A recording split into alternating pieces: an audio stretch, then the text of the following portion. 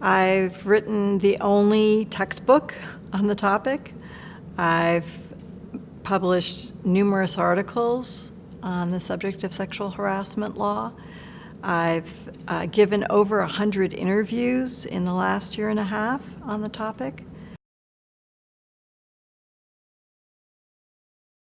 Sexual harassment law is very misunderstood, and right now we've got some key issues which have percolated to the top and are getting a lot of discussion right now.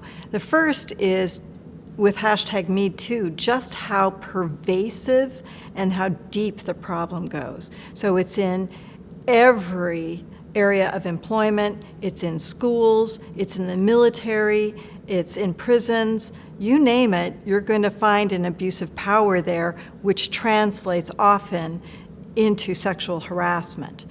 Another topic which is really big and important right now is the fact that employers and others are requesting that any settlement of a sexual harassment problem be confidential because they don't want the word to get out that they had a problem that they had to settle, which means that what we're learning about sexual harassment isn't being disseminated.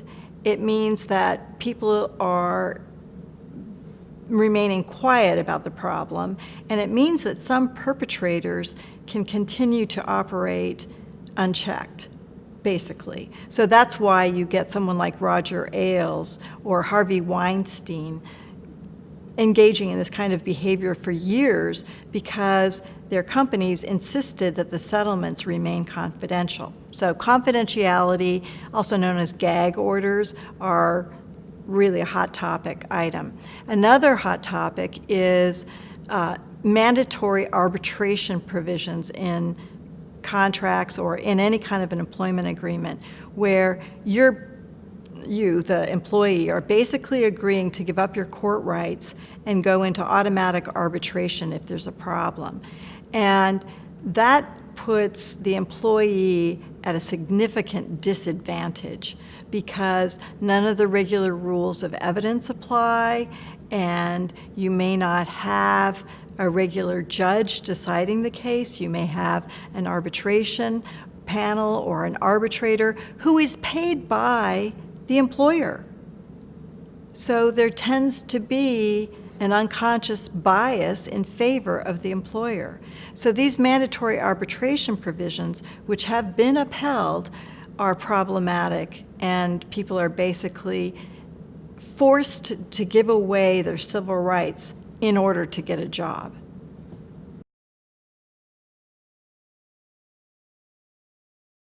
You're seeing policy changes in this area, slowly but surely. I think one of them is with the confidentiality provisions. They're discussing, for example, and states are doing this too, whether or not you should be able to get tax advantages if you insist on a confidentiality clause. And so Congress has now changed the law regarding that. And that's a new development. You also have a bill that's been introduced into Congress by predominantly new women in the House of Representatives, but it's also been joined by feminist men who are trying to extend statute of limitations periods to allow more time for someone to sue. They are addressing these mandatory arbitration provisions, and they're making some changes in the law which pertain to tipped wage workers because they face a lot of sexual harassment. They basically, some clients and customers expect someone who works for tips to be quote unquote nice or friendly in order to get a tip. And that's a euphemism for being sexually available. It's a great question to ask and to explore how employers and school districts and the military can do a better job of preventing this problem and eradicating it when it comes up. It's not really if, it's when. First of all, a lot of people try and hide the problem through confidentiality clauses or by denying that it exists. And that sets up a real adversarial scenario where not only is the target of the harassment trying to accuse and deal with the alleged perpetrator, and typically it's she's also typically trying to deal with the employer in a kind of an adversarial way. The problem there is that it's not a collaborative approach to a serious problem. I shouldn't have to argue with my doctor about whether I have a tumor. And similarly, if we viewed sexual harassment as a case of embezzlement, you would think that any employer would want to find an embezzler and get rid of that person immediately. So I suggest that people look at sexual harassment the way they look at embezzlement. Whoever executive, CEO, and it's often a CEO, president of a company, that person is stealing corporate assets. It may be a human asset, but that person is taking something that doesn't belong to them, the body and psyche and person of a human asset to the corporation.